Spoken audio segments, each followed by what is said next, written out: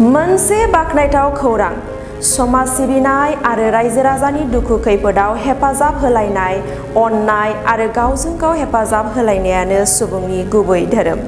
बेबादिनो बिटिसिनि 34 नं खालिंदुवार बियाबनि बारग' इएम मुस्रि बनजार दैमारिया सुबुंथिनि धोरोमखौ लाखिनानै हेफाजाबनि खामानिफोर मावबोगासिनो दं। बिब्दिनो खालिंदुवार बियाबनि सिङाव थानाय गोरिब आरो बेरामि सुबुंफोरनो नखर नखर नायबिजिरनानै अनसुंथाइ होनानै हेफाजाब खालामनायखौ नुनो मोनदों। बिटिसिनि बारग' इएम बनजार दैमारिनि बेबादि खामानि मावनायखौ ओनसोलनि गोबां रायजो राजा आरो मेलेमजिबिफोरा बाख्नायदों आरो बनजार दैमारिनिसिम साबायखर बावहरदों।